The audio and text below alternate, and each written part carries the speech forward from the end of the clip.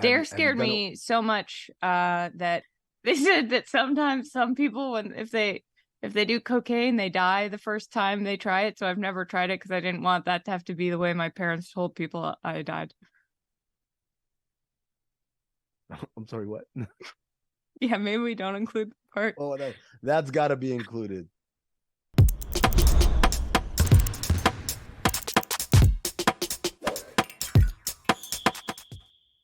Welcome to Oddball. I'm Amin Elhassan, and joining me as always is Charlotte Wilder from our New York studio. A little bit later, we'll play another game of things that we saw on NBA Reddit and wanted to see the other person react to, so we read it to them and watched their reaction. But first, the headlines.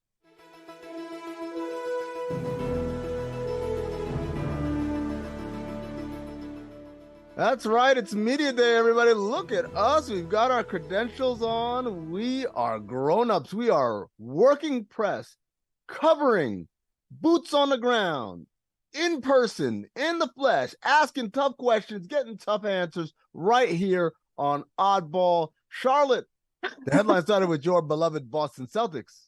They sure did, Amin. And yes, we are real live grown-up reporters. Shout out to us. The Boston Celtics over the weekend have added Jrue Holiday in a trade with the Blazers that sends Robert Williams III and Malcolm Brogdon to Portland. Yes, that's right. Malcolm Brogdon was still on the team as of last weekend, but now he's not. In response to losing Williams, Jason Tatum said, "This one hurt. My brother right there. Toughest part about this business, appreciate you for everything." And I have to say, first market smart. Now Brogdon and Time Lord. I loved Time Lord. Why are you doing this to us? Why are you doing this to me and Jason? Wasn't it hard enough already? Also, though, Jrue sounds pretty good. So okay, there's no attachment between you and Brogdon, is there? What are you doing? Sorry, I just was trying to be dramatic. I will miss Rob Williams though. The Celtics also signed Wenyen Gabriel from the Lakers, but I don't. Is that a headline? Now you're just telling us things that are happening in Boston. Yeah. Also, like the Swan boats went out for a ride and people got drunk at an Irish bar. I don't know. Shout out to Wenyen Gabriel, though. At Heat Media Day on Monday, Jimmy Butler continued his new tradition of showing up to Media Day looking absolutely ridiculous. This year, unveiling his new emo look. What do they call? They call that a hair drop, right? When it covers your eye or whatever. Butler's look featured him with straightened hair and a pair of new piercings, one above his eyebrow and one in his nose. Due to the new look, the Heat will be changing their name to Heat Topic. Get it? It's like the place in the mall called Hot Topic. But I've cleverly changed it to Heat. Clever. Oh, look at Charlotte. Yeah, Jimmy's not the only one. Taking Back Sunday, more like Taking Back Media Day. Am I right? Concluding his media availability session, Jimmy Butler screamed, "Oh, I don't want to even be here anymore." And then he worked on his album. Kevin Durant announced that he would be playing in the 2024 Olympics. I was there when he said it. Yeah, I don't have a joke for this except great. Yeah, and by the way, Devin Booker too. Oh, confirmed they'll be playing for Team USA in the Olympics. You know who didn't confirm if he would be playing for Team USA in the Olympics? Who? Joel Embiid. Joel Embiid, when asked, he said his goal is to play in the Olympics, which is awesome. To narrow it down, he wants to play in the Olympics, but he has three options: United States, France, and Cameroon, where he was born. He says it's a tough choice, but I'm probably going to make that decision in the next few days. Now, what would you do? Well, I mean, I know this is one of those times where it's like you kind of have to shout out options. Right? Like the kid that says, "I've narrowed down my schools to Duke, Kentucky, North Carolina, and Bowling Green." Right. You're Bowling Green. Like, I'm done here. Thank you. Yeah. Same thing with Cameroon. He's down in the USA or France. You play on Team USA, you might win a gold medal. Play for France, you might beat Team USA. Which one is the bigger accomplishment? I don't know. That's for Joel Embiid to decide. We are but onlookers in his ongoing drama. I just love that Cameroon is a tough job. Maybe he wants to be eliminated in an early round so he can just enjoy Paris. I don't think they've even qualified for the Olympics. That's the crazy part. Oh, he's just naming names at this point. He might as well say he wants to play for Oddball in the Olympics. I do. So, Olympic Committee, if you're out there. Surprising absolutely no one, James Harden did not appear for the 76ers media day. I can only imagine Daryl Morey's up there in his glass office somewhere being like, he's not going to say Daryl Morey is a liar into a microphone today, folks. But the day is still young. You got him in a glass office, right? Like a glass case of emotion. Like yes. Also, though, I did watch Hustle. And so I have the Sixers training facility like in my head, and they're always in a very glass. I've also been there. Yeah, it's in Camden, New Jersey. So Camden's a rough town. Yeah. After a very frustrating offseason for the 76ers, Joel Embiid, speaking of Embiid, tweeted, quote, "This offseason was fun, LMAO." Now, hear me out, and I know this is a hot take. I think that might be sarcasm. What? Maybe. I think he might not mean it. Not mean it. He did get married, though, so maybe he's just like, well, that was a great summer. Wow. All right. The Charlotte Hornets have announced the launch of a jersey patch deal with, drumroll please, YouTuber and social media influencer, Mr. Beast. Mr. Beast's Feastables logo will be featured on the Hornets uniform and media backdrops for news conferences. For those of you who don't know, Mr. Beast has amassed over 350 million combined followers across all social media platforms and is the reason why every child is just a little bit more annoying now than they were 5 years ago. I don't have to explain it. I have kids. Just know that these are the facts. Mr. Beast partnership is the first high-profile move of the Hornets' new ownership since the takeover from Michael Jordan in July. I just feel like the NBA saw the NFL marketing the heck out of Taylor Swift and was like, who's as famous as Taylor Swift? Mr. Beast. Wait, hold on. Are you saying that what is Taylor Swift has a connection with the NFL? Only if you've been like reading niche blogs. What? Why haven't I heard about this? Because it's only Swifties know. Wait, is she like doing commercials or like what? Yeah. She's dating someone? Yes. I haven't heard. Well, I'm so glad to be the one to tell you. I mean, you live and you learn. Not to be outdone, James Dolan will be adding a JD in the straight shot patch on all Knick uniforms, and children of all ages will be like, who? Please let me into Madison Square Garden. Yes. I didn't say that. He said that. While we're on the topic of the Charlotte Hornets, they announced Saturday that 2021 first-round pick Kai Jones will not participate in training camp due to personal reasons. Quote, there is not currently a timetable for his return to the team, the Hornets said in a statement. Now, if you're wondering what Kai Jones did for personal reasons, he had a series of really disturbing Instagram lives where he was dancing and claimed that he could beat LeBron James one-on-one, and also that he's going to win MVP and Defensive Player of the Year this season. I don't know how to say this in a chill manner, so I'm just going to say that Kai Jones, I dare you to be great. That's my subtle way. There. Look it up, kids. Oh. I need to get the t-shirt. I have one, actually. Do you? Yeah. Oh, we need to match one day. I've worn it so many times that it's sort of faded, but it is. I do have a D.A.R.E t-shirt. At Blazers Media Day, new Trailblazer DeAndre Ayton said, "I bring dominance. My name is Dominatin'." And first of all, buddy, everybody knows you can't give yourself a nickname. but this one's so bad that like it might cancel out the rule of not being able to give yourself a nickname. So I really hope it sticks. I kind of want to know if DeAndre Ayton is available. We are hiring writers for Oddball, so that is a great headline joke. They call me Dominate. Oh wait, that is actually, when you say it, not bad. Yeah, not come bad. on over. Yeah, join the team over here. I see your DeAndre Ayton media day quote, and I raised you Steve Clifford, who said, "This is my 10th year as a head coach, and this is the most talented team I've ever coached." God, that's so depressing. Poor Steve Clifford. This is the best. This is the most talented team you've ever coached. Well, he's been in the league 10 years as a head coach. This is the most talented. Well, I mean, I see your Steve Clifford quote, and I raise you this Spencer Dinwiddie quote from Mets Media Day, when he said on Nick Claxton, quote, "He's going to get 100 million just from doing his job. Even if he shits the bed, he's still going to get 70 to 80 million." And I have two things to say about this. One, you can tell who has a podcast on Media Day now, which players have podcasts. And two, this quote was brought to you by Casper Mattress if you want to shit the bed in comfort. I know every time I evacuate my bowels, it's under the feathery, soft touch of a Casper mattress.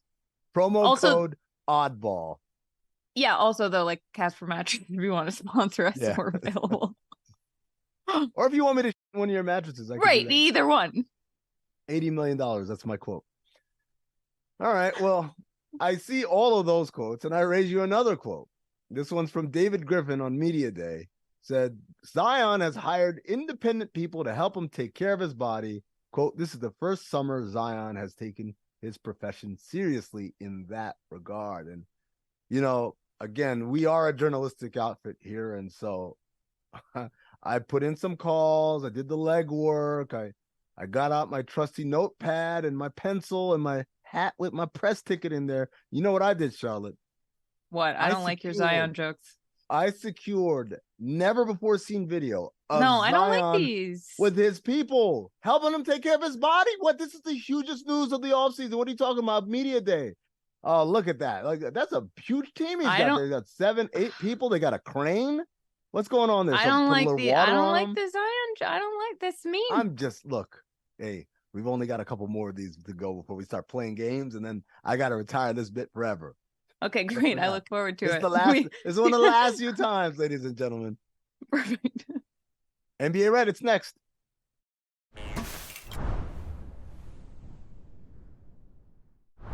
All right, folks, you know what time it is. Time for the segment where Amin and I read things to each other from Reddit and discuss it and watch the other person react. Amin, are you ready?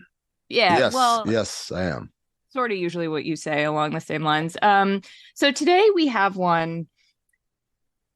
It's about the number 34. And before I read the actual question, which is sort of, which this Redditor has phrased in a funny way, do you have any personal connection to the number 34? No. Okay. None. I mean, 34, Charles Oakley. That's like what I think of because I grew up a Knicks fan. So for me, Charles Oakley is the name that comes to mind. But Charles Barkley, you know, sure. But like nothing like personal. Like I fell in the ditch and all I could see was the number 34 because it was 34 degrees that day. Celsius though, because this is one of those weird banks that shows you the temperature in Fahrenheit, but then shows it to you in Celsius in case you're not from here. Like no stories like that. Your mind is just an incredible place. Well, so this leads into the question. Okay, Hakeem Olajuwon. Okay, Hall of Famer. Giannis. Hall of Famer. Shaq. Hall of Famer. Paul Pierce. Hall of Famer. Jock Landale.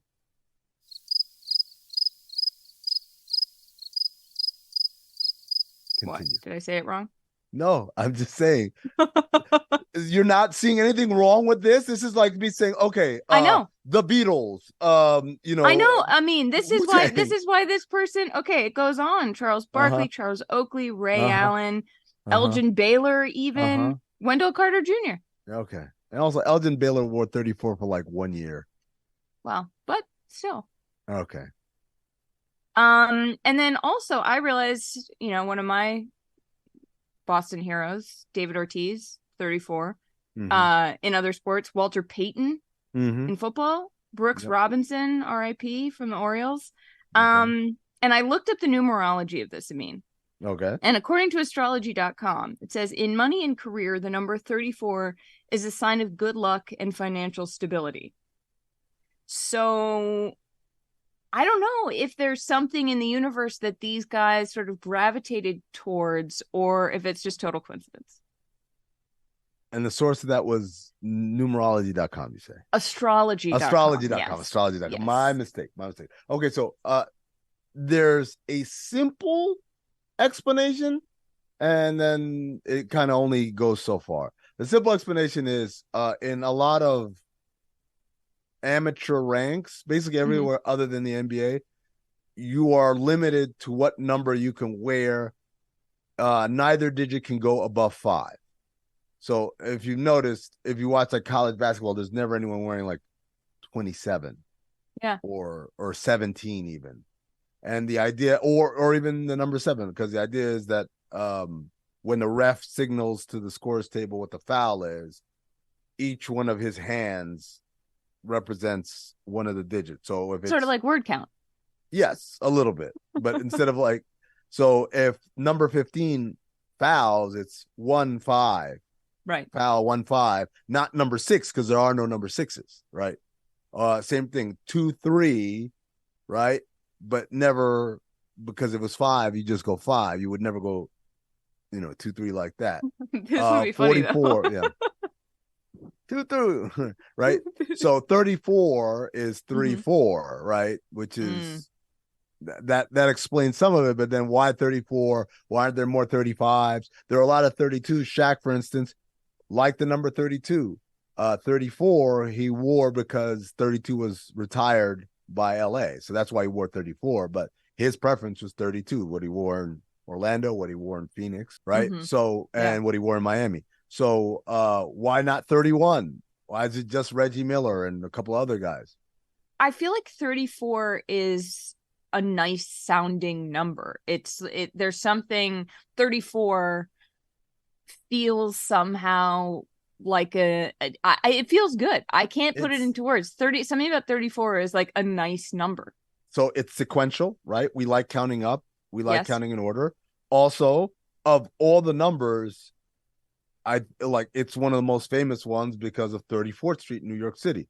So you have, Macy's is there. You have Madison Square Garden is on 33rd, but really you get to 34th Street to get there. And of course, there's the movie Miracle on 34th Street, which helps it. So I think all of those things contribute. But is there a reason why? Honestly, for most guys, it's people copying players that they watch who were 34. It probably creates like a snowball effect of like, well, this guy was great, so I'm gonna wear that. I'm gonna wear that. What was your number growing up playing sports? Ooh, I did a lot. I did 19. I did 7. I did because I was playing soccer most of the time. Right. I did 12 in basketball. 12 is good. Yeah, 12. Well, it's because my birthday, April 12th. So it was nice and easy. It was just like I didn't really care that much about numbers. I was just whatever. If you ask me what do you want to wear, I was like, ooh, 7. I think I like 7 because like Lamar Odom or something like that. But I didn't really have attachment to numbers like that. I was always like 21 or 18, and those are not. Those are 2 great numbers. Like good numbers. Cool. Okay. Legal. And yeah. All right. Well, I think we got to the bottom of it. I mean, I think that was a great NBA Reddit. Thank you to the person who called 34 a weird ass number. I actually don't think it's that weird though. No, what's weird is including Jock Landale and Wendell Carter Jr. with that list of names. Yeah, let's see what other people have to say about this. Other Redditors. Did you make this post just to sneak Wendell Carter Jr. in that list? Nah, he made it to sneak Jock Landale in. I like the idea of the guy picking up on Wendell Carter. Like, what? You did no. There's no way you had that list of names and Wendell Carter. Jock Landale's in the club somehow. Like they didn't card me. I'm here. And then someone commented, I watched a ton of Magic games last season. Carter Jr. is gonna be a beast. So optimism. Hope springs eternal. Shout out to the NBA. I mean, we never actually talked about the Jrue Holiday to the Celtics situation. And as a Celtics fan, I'm trying to like sort through my emotions and figure out, everybody seems to think this is an amazing, amazing thing. I think it's great. I'm going to miss Robert Williams. What are your thoughts?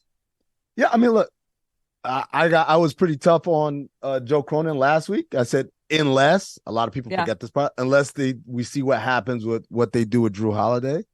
And they did something with Jrue Holiday, and I'd be the first to say, look, man, I thought the Celtics way overpaid. And kudos to Joe Cronin and that Portland staff for getting value for Jrue Holiday like that. 2 first-round picks, one that's top 5 protected pretty much from Golden State, and the other one's unprotected.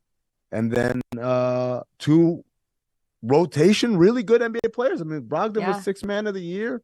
And Robert Williams, I mean, for all the injuries and missed time in the regular season, in the playoffs, he's been so key for the Celtics these last three seasons, really. So, I thought Portland did great. From Boston's perspective, look, I'm consistent on this. I think a lot of people are excited about Jrue Holiday because he's number one. He was a great player at one point. He was an elite defensive player and a pretty good offensive player at one point. But I think that point we're past it. Okay. And people like scrapbooks. It's like when Carmelo Anthony went to the Lakers and when Carmelo Anthony went to the Blazers. Like, I'm not talking about Carmelo Anthony's career. I'm just telling you right now, Carmelo Anthony is not the guy that you saw in New York and in Denver. And the same thing here. I don't think this is the same Jrue Holiday that we saw in New Orleans locking up Damian Lillard and in that playoff series. I think this is an older guy who I think he's still a very good defensive player, but he's not quite the defensive player he once was. And offensively, I don't think he's a great decision maker. And I thought that was something that the Celtics really needed. They needed a pure point guard, and they still don't have one of those. Yeah, especially too because Porzingis is just going to be injured all the time. Well, I mean, shout out to the Blazers though. $545 is my power bill for the month of September. What? 540. Look, we live in Arizona. Every day was 100 degrees for a goddamn 120 days in a row. I think we hit triple digits. So, that. Well, I'm sorry. Why. That's why I do all these podcasts. Between that and the HOA, come on. That's why you're doing this podcast. You're doing this podcast because you love basketball and you love hosting a show with me and you love the name Oddball. I love paying my bills on time as well. Mm-hmm. One quick thing. Do you think Malcolm Brogdon and or Robert Williams are going to end the season in Portland, Charlotte? No, I don't. Yeah. I do not think that they're both going to end the season in Portland. I also think it's hilarious that so many people on our dear close friends on the Batard show thought Malcolm Brogdon was already traded from the Celtics. Bizarre. Which is behind the scenes information. I don't think they said it on air, but we were told that, and I was like, what? This is like the time when I found out that Bryce Harper is not the son of Ron Harper, former NBA player. Wait, do you think that? In my defense, because it's a little different. This is a little different. No. In my defense, this is back then. Okay. It was his first home run derby, and they were saying like, and I don't watch baseball like that anymore. So I've always heard Bryce Harper is a great player. Bryce Harper. Like, okay, some guy named Bryce Harper. He's probably white. And then it's a home run derby. It said, oh, how great is this? Bryce Harper's dad, Ron Harper, is pitching for him at the home run derby. And I said, his dad's Ron Harper? Oh, now it makes sense. He's a son of a pro athlete or whatever. Then I was like, wow, I didn't know Bryce Harper was black. That's pretty impressive, whatever. Then I found out, no, he is white. And it was just, his dad was just some dude named Ron Harper. And I'm like, I'm sorry. You don't get to say his dad, Ron Harper. It'd be if someone's, someone whose last name Jackson's dad was named Michael Jackson, you can't say just casually saying Michael Jackson is out there helping him warm up the pipes. Like, no, if it's not Michael Jackson, Bryce Harper might be even whiter than I am. So that's a funny mix up. He's got a lot of product in his hair, that's for sure. Yeah, he sure does.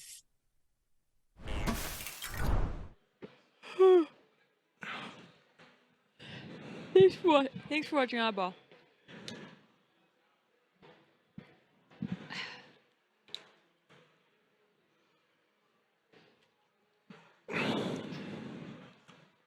I'm tangled up.